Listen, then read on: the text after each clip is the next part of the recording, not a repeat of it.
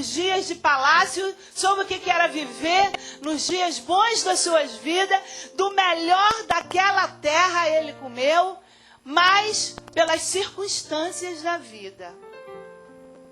Soube também, um dia chegou o desprezo na sua porta, na vida deste cidadão.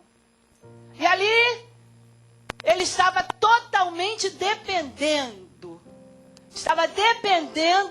da misericórdia de alguém. Alguém que estava vivendo de favor. Esse cidadão tinha nome, tinha origem, teve origem nobre.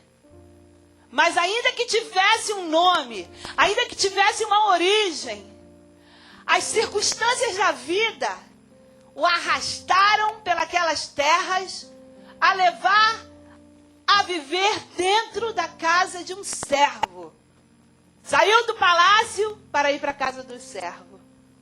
A depender de alguém, porque uma pessoa que é deficiente física, como ele era. Aqui a Bíblia diz que ele era o quê? Aleijado de ambos os pés. Ele simplesmente, ele não tinha opção, ele não tinha mais esperança. Porque naquele instante existia outro rei. E geralmente eu fico aqui pensando que quando a gente é substituído, a substituição na vida causa traumas muito grandes em certos tipos de pessoas, quando a substituição vem afetar a nossa linhagem familiar, como foi na vida dele. Deus deu epítema a um rei chamado Saul. Não adianta mais. Não é a política que o levava, não é a fama que o levava. Deus resolveu, ele simplesmente resolveu afastar o seu espírito de Saul. E a unção veio sobre outro homem, sobre outra linhagem. O rei Davi chegou e simplesmente a linhagem daquele homem foi desprezada. Aqui estava este homem vivendo de favor.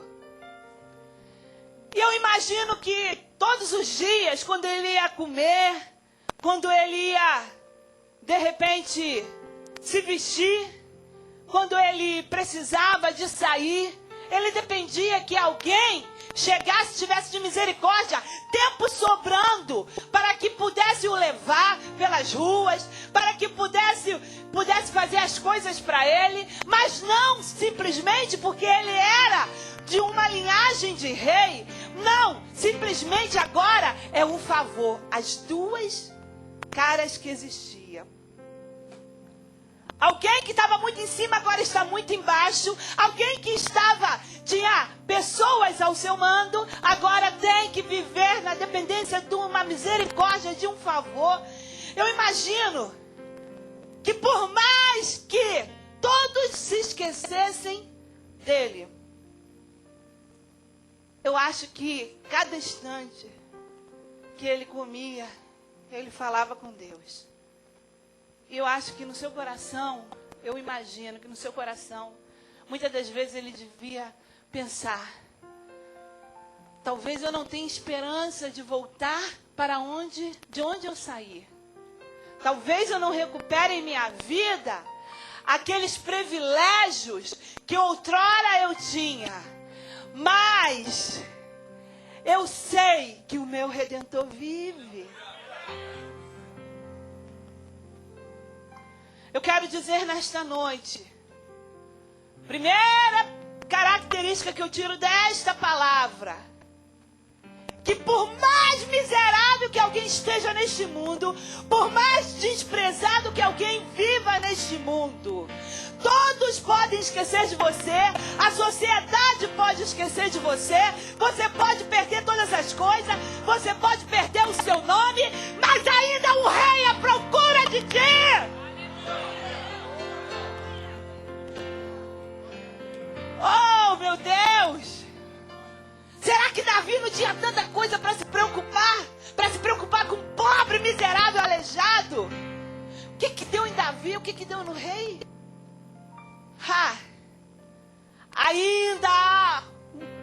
Ainda há alguém, um rei que procura por ti. E nessa noite, eu quero que você viaje comigo sobre as páginas da Bíblia, com essa história deste homem miserável. A palavra de Deus diz, e disse Davi, ainda há alguém que ficasse na casa de Saul para que lhe faça bem. A preocupação do rei, quando está à procura de um pobre, desprezável, miserável, é para que lhe faça bem. O rei tem boas intenções. O rei quer ver com quem ele pode contar. O rei quer ver se ele pode curar tuas feridas. O rei quer te trazer de novo para casa.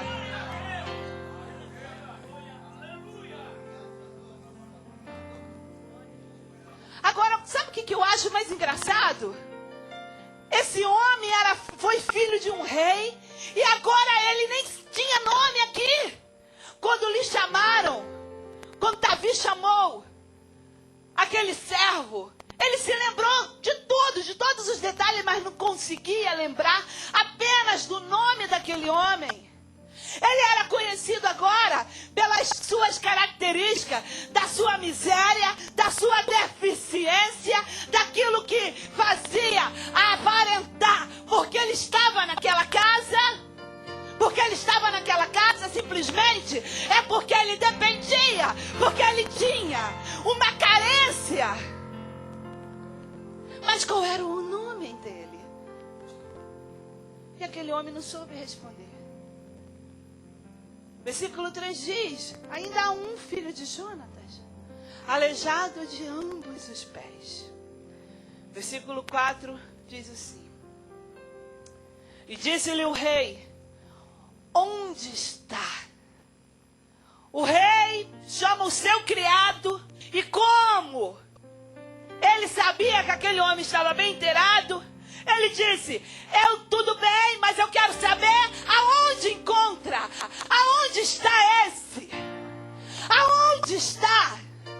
Talvez você esteja tão escondido que você crê que ninguém vai mais te encontrar, que ninguém sabe a tua direção, que ninguém sabe o seu paradeiro. Quem sabe você está tão longe da sua casa, tão longe da sua terra, tão longe dos teus sonhos, da realização dos teus sonhos. Mas nessa noite, o rei manda perguntar, aonde tu estás?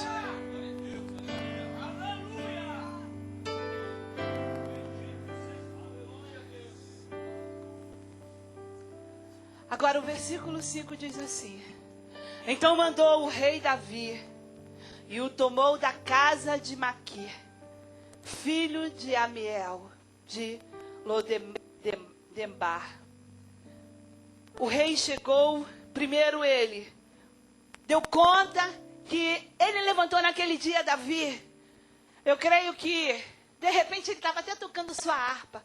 Estava louvando a Deus, e no meio dos louvores, o Espírito de Deus toca o coração de Davi e fala com ele, hoje nesta manhã, você vai se levantar para abençoar, porque eu te fiz rei para abençoar, e tu vais perguntar por um desconhecido, um desprezado, mas que os meus olhos contemplam, porque nesta noite, nesta manhã, neste dia, eu marquei para restituir a vida daquele que está longe. E Davi simplesmente mandou chamar. E a Bíblia diz assim, e o rei Davi o tomou da casa. E nesta noite eu quero que você saiba de uma coisa. Pode ser o seu esconderijo. Pode ser muito longe. Talvez você esteja se considerando um passo do inferno. No Brasil tinha uma música que falava que estava a alguns passos do paraíso. Mas tem gente que está caminhando, está simplesmente chegando a um passo do inferno. Mas eu quero dizer uma coisa nessa noite. O seu destino não é inferno. Você nasceu para o reino de Deus.